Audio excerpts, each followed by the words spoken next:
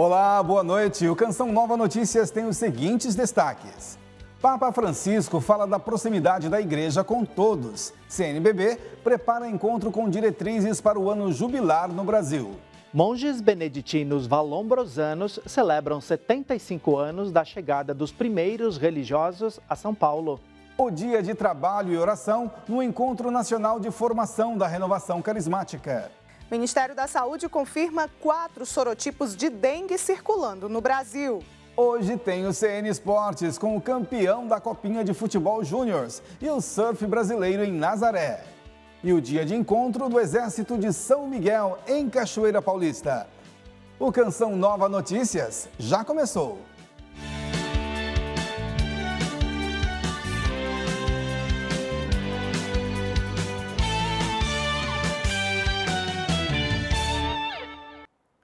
O Papa Francisco se encontrou hoje com membros do Departamento para a Doutrina da Fé. Falou sobre a missão e a proximidade da igreja a todos. Na missão de ajudar o Papa e os bispos no anúncio do Evangelho em todo o mundo, o Departamento para a Doutrina da Fé tem o trabalho de garantir a integridade da doutrina católica sobre fé e moral. Sacramentos, dignidade e fé conduziram as reflexões do Santo Padre. Ao falar dos sacramentos, o pontífice enfatizou que a vida da Igreja é nutrida e cresce graças a eles, e que o nosso tempo necessita de profetas de vida nova e de testemunhas da caridade. Amemos e façamos amar a beleza e o poder salvífico dos sacramentos. Sobre dignidade, o Papa ressaltou: como cristãos, não devemos nos cansar de colocar a pessoa em primeiro lugar, independentemente das circunstâncias. Francisco falou sobre a intenção das bênçãos pastorais e espontâneas e enfatizou 2 aspectos.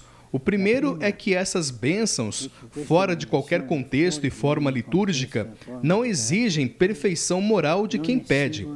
O segundo é que não se abençoa uma união irregular, mas as pessoas que juntas pediram a bênção.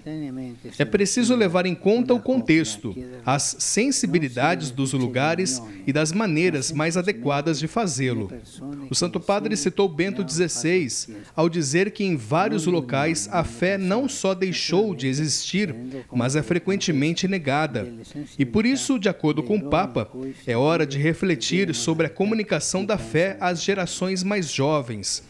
A conversão missionária das estruturas da Igreja às novas culturas urbanas e a centralidade do querigma da vida e na missão da Igreja. Falando ainda da vida cristã, aqui no Brasil, a CNBB realiza um encontro de preparação do clero brasileiro para o Jubileu 2025. Nossa equipe em Brasília é quem trata do assunto e para isso eu falo com Liana Nunes. Boa noite, Liana. Exatamente, Adilson. Boa noite a você e a todos.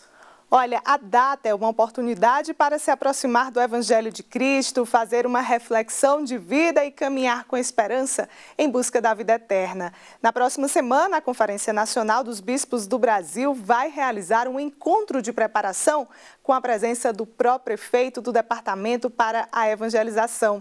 Ele chega ao Brasil neste sábado. No início da próxima semana, nos dias 29 e 30 de janeiro, Dom Rino Fisichella, pró-prefeito do Departamento para a Evangelização, e os bispos da CNBB vão participar de um encontro de preparação para o Jubileu da Esperança. Então, 2024 será um ano de preparação para o Jubileu, e um ano durante o qual deverá emergir o horizonte espiritual do evento jubilar, que vai muito além de qualquer forma necessária e urgente de organização estrutural. Nos 2 dias de evento, a Igreja vai debater temas como os desafios da ação evangelizadora no Brasil, o jubileu nas Sagradas Escrituras e as propostas do Papa Francisco para o Ano Santo. Grande expectativa, teremos outros bispos que irão nos ajudar a refletir sobre o tema e buscar caminhos para melhorar sempre mais essa preparação do jubileu que acontecerá em 2025. O ano jubilar começou a ser celebrado em 1300. No início, acontecia a cada 100 anos. Foi reduzido para 50 e atualmente a cada 25 anos. O tema escolhido para 2025 é Peregrinos da Esperança. Neste ano de preparação, o Papa Francisco pede dedicação à oração. O subsecretário adjunto de pastoral da CNBB afirma que o ano jubilar é oportunidade para reforçar a unidade da igreja. É um momento de grande mobilização de toda a igreja, de oração, reflexão, em busca de uma maior comunhão, uma maior unidade entre todos na igreja e buscando assim esse caminhar juntos na igreja, como o Papa Francisco tem pedido, uma igreja sinodal.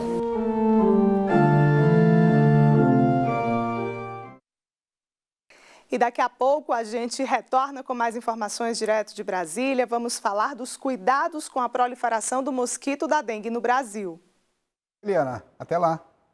E terminou no Rio de Janeiro a 33ª edição da Formação para Bispos no Brasil. A condução da igreja no país durante este ano foi um dos temas refletidos no curso. Como de costume, a formação começou com a Santa Missa e a oração das laudes. Mais de 80 bispos de diferentes regiões do Brasil estiveram juntos nesta semana. O tema central deste ano foi Antropologia Integral e a Crise da Cultura Atual, reflexões, consequências e encaminhamentos pastorais. Com este mundo que nos confronta, que nos desafia, que se expõe diante de nós.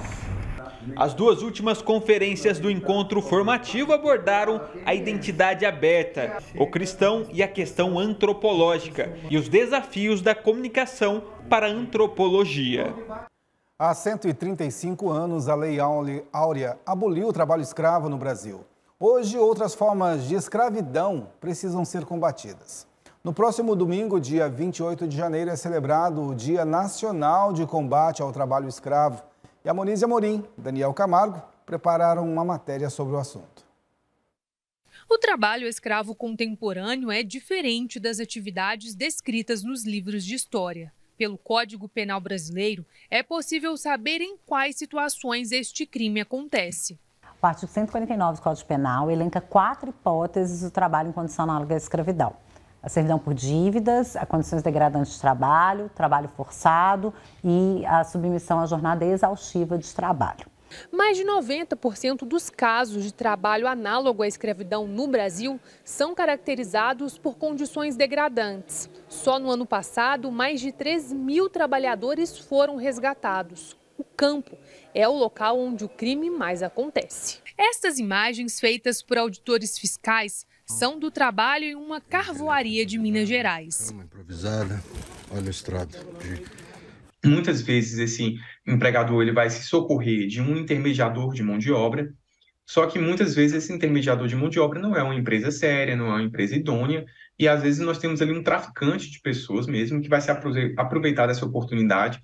As promessas geralmente são de um emprego que vai melhorar a vida do trabalhador. O perfil são de trabalhadores homens, jovens, negros, né, de baixa escolaridade, baixo índice de educação formal. Então, são pessoas que estão na situação de vulnerabilidade social clássica, na perspectiva de direitos humanos e de direitos sociais.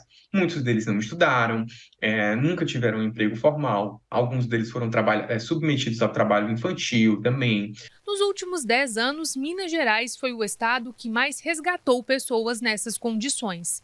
Em 2023, o número de resgates no Brasil foi recorde, assim como as fiscalizações, 598. A maior da história. A expectativa é que em 2024 as ações se intensifiquem, já que estão abertas 900 vagas para o concurso de auditor fiscal do trabalho. A notícia é boa, mas quem atua diretamente no combate ao crime afirma que outras realidades precisam mudar para que este tipo de atividade seja erradicada. A erradicação do trabalho escravo contemporâneo em si, ela não vai acontecer mesmo com 5.000, com 10.000 auditores fiscais do trabalho. A erradicação do trabalho escravo contemporâneo vai acontecer com a construção de um país mais justo e solidário. Acho que o maior desafio hoje no Brasil é se pensar em políticas públicas que funcionem no pós-resgate, de resgatar essas pessoas, levá-las de volta para a sociedade, mas oferecer para elas outras possibilidades para que elas não retornem àquela situação, e políticas públicas preventivas. E agora a gente volta a Brasília com um assunto que interessa aos motoristas de transporte urbano e de cargas, porque a obrigação do exame toxicológico foi prorrogada. Liana Nunes. É isso sim, Adilson. Olha, o exame ele é obrigatório para motoristas das categorias C, D e E, viu? O prazo previsto era dezembro de 2023. Motoristas com CNH de validade entre janeiro e julho agora precisam fazer o exame até março. Já condutores que perdem a validade da carteira de habilitação entre julho e dezembro têm prazo até abril. O exame pode ser feito em clínicas credenciadas a partir de amostras de cabelo, unhas e pele, para identificar se o motorista teve contato com alguma substância ilícita, como as drogas. E com o aumento dos casos de dengue no país, é preciso ficar atento e não deixar a água parada. No Distrito Federal, os casos forçaram o governo a decretar estado de emergência. O aumento foi superior a 600%. O repórter Francisco Coelho conversou com um médico infectologista sobre os sintomas e os sorotipos da doença no Brasil. Vamos acompanhar. Só em janeiro, o Brasil já registrou mais de 120 mil casos de dengue. O Distrito Federal está em estado de emergência pelo aumento dos casos. O médico infectologista conta pra gente agora quais são os principais sintomas dessa doença. Então, a dengue é causada por um vírus. E, inicialmente, após a picada do mosquito, ele injeta o vírus na pessoa e a pessoa vai desenvolver alguns sintomas. Habitualmente, 5 a 7 dias depois da picada, ele começa com febre, dor no corpo, que a gente chama de mialgia, artralgia, que é a dor nas articulações, dor retroorbital, que é aquela dor acima dos olhos. E muitas vezes isso pode evoluir com o aparecimento de pequenas manchas pelo corpo. Então, os sintomas iniciais são esses. A doença pode evoluir para hemorrágica e é um caso mais grave. Não é o sorotipo diretamente que causa a agressividade. Lógico, alguns sorotipos têm maior chance de evoluir, mas o que mais evolui é a desidratação. Então, aquela pessoa que não consegue hidratar, ela tem maior chance de evoluir para a dengue hemorrágica, que é quando tem alterações das plaquetas e isso favorece sangramento. Por isso que é hemorrágica, sangramentos com facilidade. Agora, doutor, nunca é demais lembrar os métodos de prevenção, né? Isso, a prevenção começa tanto coletiva como individual. Individualmente a gente pode falar de uso de repelentes, vacinação, que agora nós temos a vacina que incorporou no Programa Nacional de Imunização, mas o mais importante também nesse momento é diagnóstico precoce. Então, pessoas que têm sintomas e que estão evoluindo com manutenção deles têm que procurar assistência para fazer exames e também receber hidratação corretamente. Muito obrigado, doutor. Então, é sempre bom ficar atento. Francisco Coelho para o Canção Nova Notícias. E nós ficamos por aqui. Desejo a todos um bom final de semana. Adilson. Obrigado, Liana. Bom final de semana. Lembrando que o verão exige mais atenção, né? Verão, calor, sol, chuva, mas esse assunto é com Mauricéia Silva. Boa noite, Mauri. Muito boa noite, Sabará, e a você que nos acompanha. O fim de semana será de chuva em praticamente todo o país. Há risco de volumes elevados no extremo sul de São Paulo e tempo nublado com chuva a qualquer hora em Minas Gerais, que pode alcançar a marca dos 30 milímetros de chuva. Marca também alcançada aí no Rio de Janeiro e no Espírito Santo, que pode alcançar os acumulados de 20 milímetros. Quem vai ao litoral norte de São Paulo no fim de semana precisa ter atenção para as chuvas intensas. Devido às inundações, como você vê no vídeo, uma sirene foi acionada para alertar os riscos de deslizamento de terra. Vamos ver como fica o clima por lá no final de semana? Caraguatatuba fará máxima de 28 graus no sábado, podendo a chuva alcançar a marca dos 20 milímetros. E no domingo fará 28 graus. O peregrino que vem para o Encontro Nacional do Exército de São Miguel em Cachoeira Paulista pode encarar dias de chuva. Vai fazer aí a máxima de 28 graus no sábado, podendo a chuva alcançar os 11 milímetros e no domingo 30 graus. No sul, um fenômeno que favorece a nebulosidade faz com que o clima seja chuvoso no leste de Santa Catarina, no Paraná e em parte do Rio Grande do Sul. O tempo vai ser firme apenas no oeste e centro-sul gaúcho, como você vê nessa região amarela do mapa. No centro-oeste, chove a qualquer hora. No norte do Mato Grosso, em Goiás, e já no norte e oeste aqui do Mato Grosso do Sul, o tempo vai ser firme. No Nordeste, a chuva vai continuar forte, como estava ontem também, em parte do Maranhão, Piauí, Bahia e no Ceará. E a chuva vai ser passageira. No Rio Grande do Norte, passando pela Paraíba, Recife, Alagoas e chegando aí ao litoral de Sergipe. Vamos às temperaturas em todo o país? Teremos aí as mínimas de 17 graus em Porto Alegre, 22 no Rio de Janeiro e Cuiabá e máximas de 29 graus em Salvador, 30 graus em Manaus e 37 graus em Cuiabá. E por hoje são essas as informações, Sabará. Eu volto na segunda-feira. Valeu, Mauricéia. Bom final de semana. Em Aracaju, uma feira reúne gastronomia, cultura e o artesanato sergipano. É a Expo Verão Sergipe. São cerca de 2.000 empregos diretos e indiretos, com previsão de gerar quase 7 milhões de reais em vendas. São quase 20 dias de evento em um espaço com mais de 10.000 metros quadrados na orla de Aracaju. Tudo feito para que o visitante aproveite o verão e vivencie o que Sergipe tem a oferecer. Temos de tudo aqui, desde artesanato, temos a parte de moda praia, moda infantil, feminino, masculino, bijuteria, joias, de tudo um pouco. E tem também a área da alimentação, que está sendo o nosso xodó aqui, né?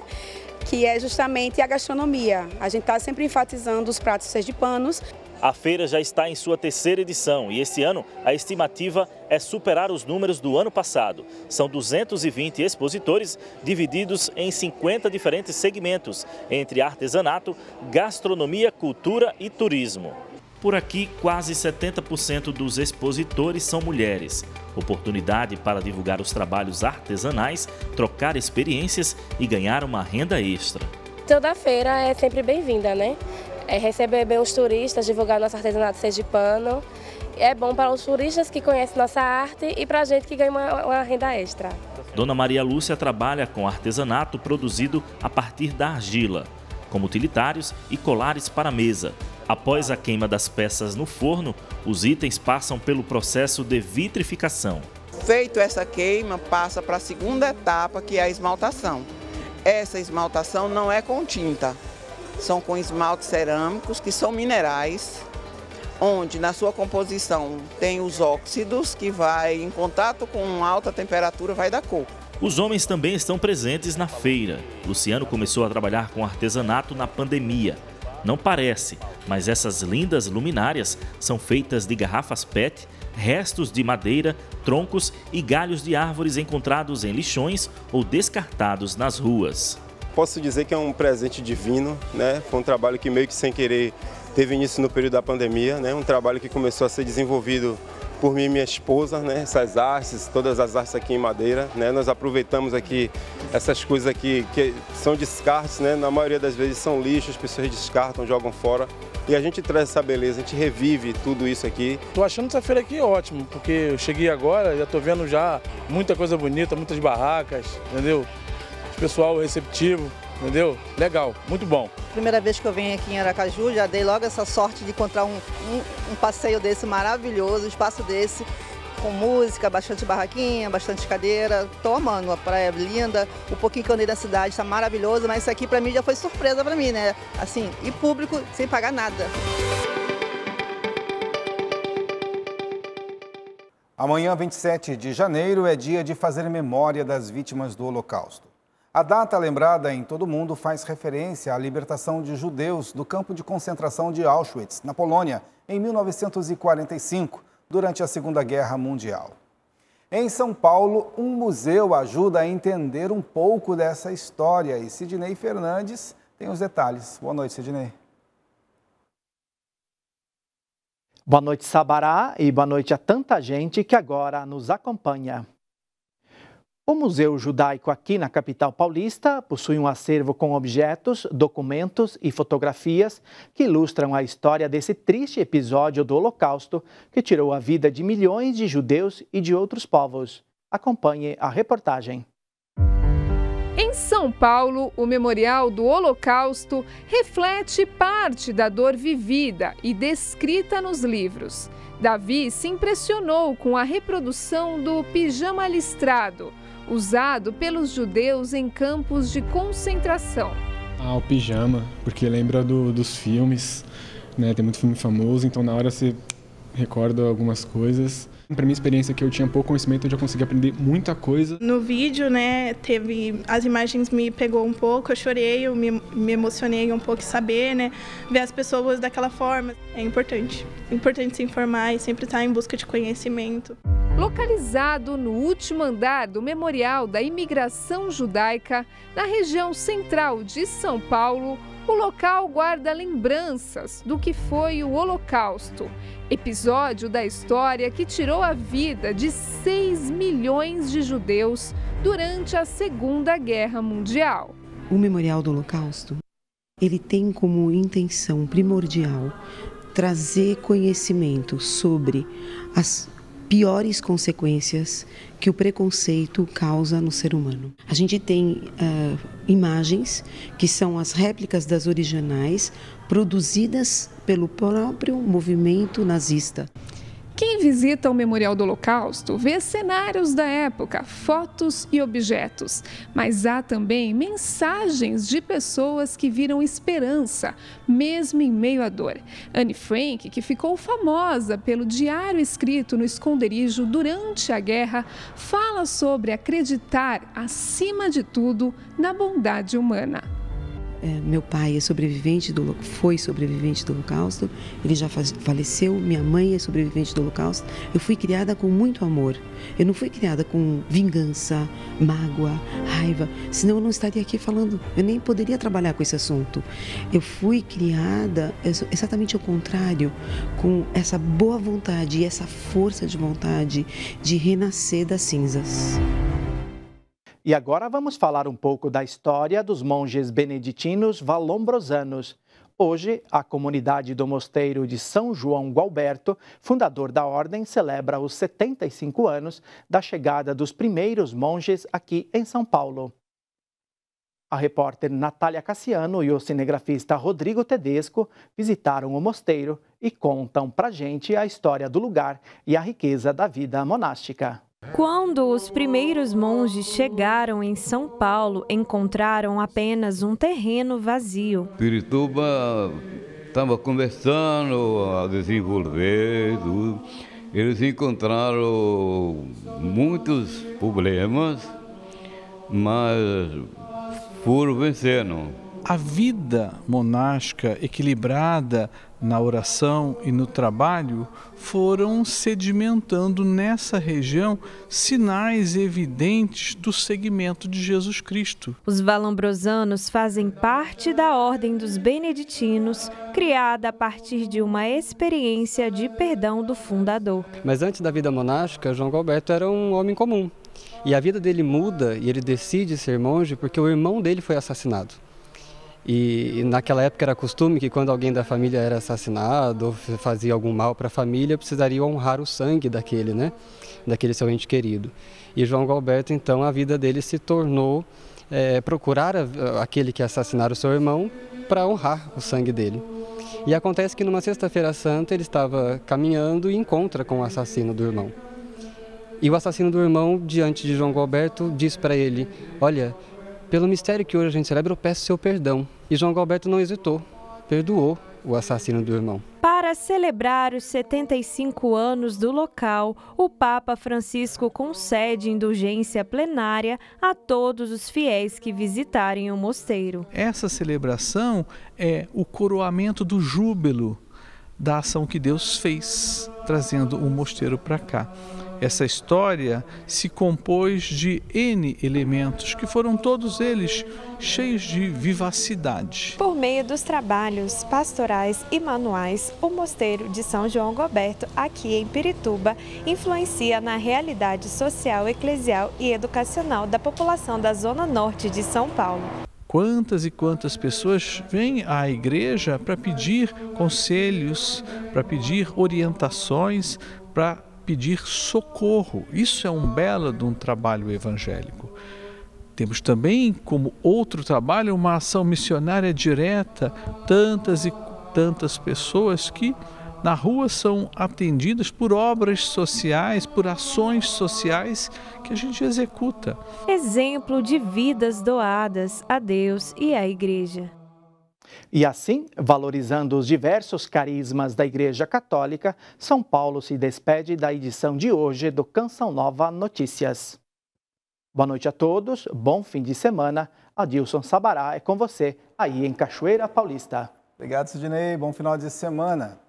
No terceiro dia do Encontro Nacional de Formação da Renovação Carismática em Aparecida, os membros do movimento participaram de workshops. A reportagem é de Carla Zanon e Ederaldo Paulini. Durante o maior encontro promovido pela Renovação Carismática Católica no Brasil, coordenadores e membros do movimento puderam vivenciar momentos de reflexão e oração. Compreendendo que ele não termina nas nossas 3 etapas, mas nós precisamos sempre constantemente aprofundar, renovar, conhecer mais, porque estamos em construção. A programação contou com 21 workshops. Uma das atividades foi conduzida pelo Ministério para Crianças e Adolescentes. Orientando a oração por cura e libertação com as crianças e dentro de grandes eventos. O tema falando sobre a santidade do adolescente, a música com a criança e com o adolescente é aquilo que cabe dentro da evangelização. Em 55 anos de história no Brasil, a RCC cresceu e as lideranças identificaram a necessidade de formação. A troca de conhecimento possibilita o amadurecimento espiritual, realidade comprovada por quem está no movimento desde o início. United to Mary. Eu me sinto de uma maneira muito pequena unida a Maria, porque o sim dela trouxe salvação para todo mundo. E para mim, de uma maneira muito pequena, meu sim impactou a vida de muitas outras pessoas.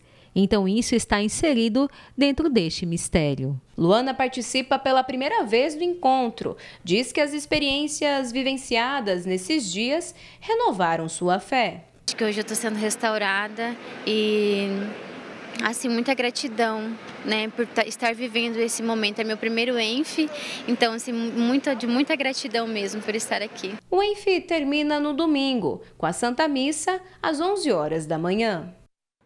Hora de falar de esportes aqui no CN Notícias. Alan Toledo, o assunto da semana, Corinthians, campeão da Copinha.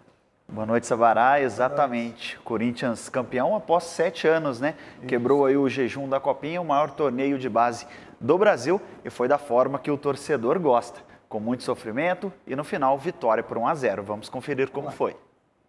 O Corinthians chegou ao 11º título da Copa São Paulo de Futebol Júnior. Venceu o Cruzeiro por 1-0. Neste ano foram 7 vitórias e 2 empates, terminando a competição de forma invicta, com 25 gols marcados e apenas 3 gols sofridos.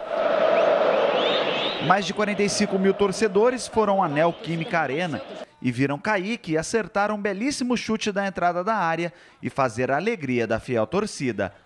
Um verdadeiro golaço. Com o título, o Timão amplia a vantagem como o maior vencedor da Copinha. Realmente um bonito gol, né? Nossa, mais um golaço. título aí para o Corinthians, que se tornou o maior vencedor da Copinha. Vai, Corinthians. Agora, mudando de assunto, a gente vai falar de surf mundial. É que a semana começou com as tão esperadas ondas gigantes de Nazaré, em Portugal. E tem brasileiro fazendo bonito por lá. Confere aí. As melhores ondas do planeta estão ao norte de Lisboa. É só o inverno europeu começar para os melhores surfistas do mundo correrem para lá, Nazaré.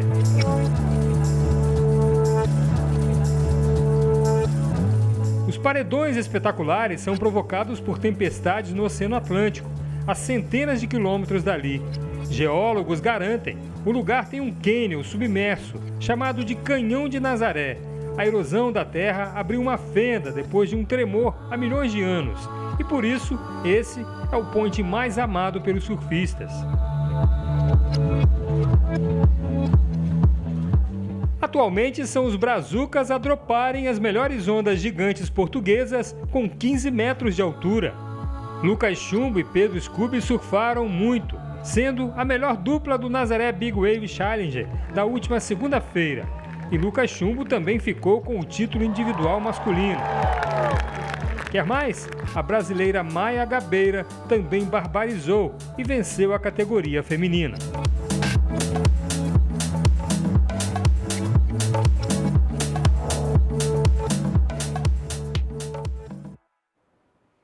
Bonito de ver, hein? Bonito de ver. Essa é a Brasil Storm, né? Chamada Tempestade Brasileira do Surf. Eu fico por aqui. Um bom final de semana para você, Salvador. Realmente, obrigado.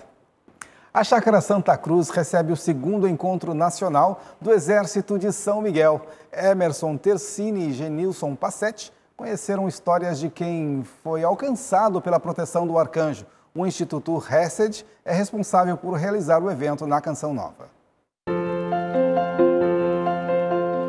Quem adentra a Canção Nova pela portaria principal logo se depara com a imagem de São Miguel Arcanjo. Ele é uma das vias mais seguras para alcançar as coisas do alto. E para fortalecer o combate diário da vida, inspirou o Instituto Católico a reunir um exército aqui em Cachoeira Paulista.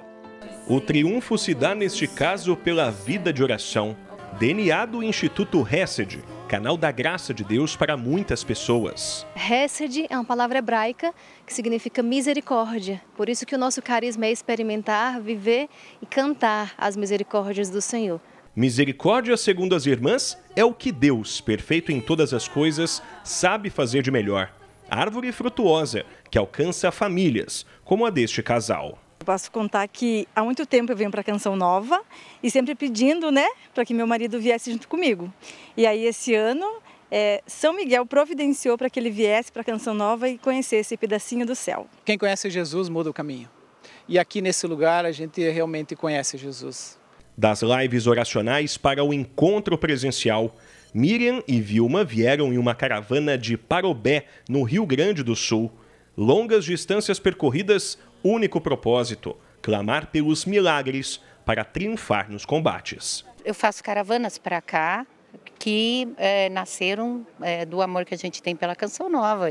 A nossa comunidade nasceu, é fruto, né, das pregações do Monsenhor Jonas. Eu recebi um e-mail do Instituto Hesed, e aí eu pensei, vou entrar e vou ver, e comecei nessa oração da madrugada. E é muito bom porque a gente reza sozinho, né, sozinho em casa, né? E aí eu fui me recuperando emocionalmente e fui vendo o quanto Deus me ama e quão grande é o seu amor por mim. A começar pelas religiosas, que encontram muito mais do que esperam.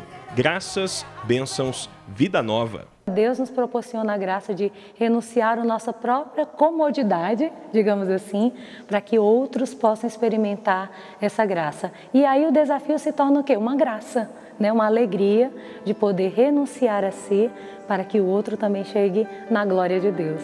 Encontro Nacional do Exército de São Miguel, a segunda de muitas edições. Afinal, quem como Deus? Ninguém!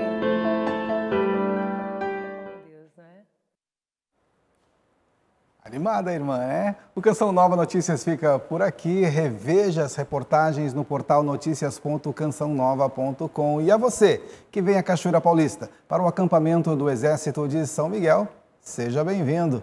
Segunda-feira, Reinaldo César volta ao CN Notícias. Bom fim de semana. Assim como uma corça suspira pelas águas, assim a minha alma tem sede.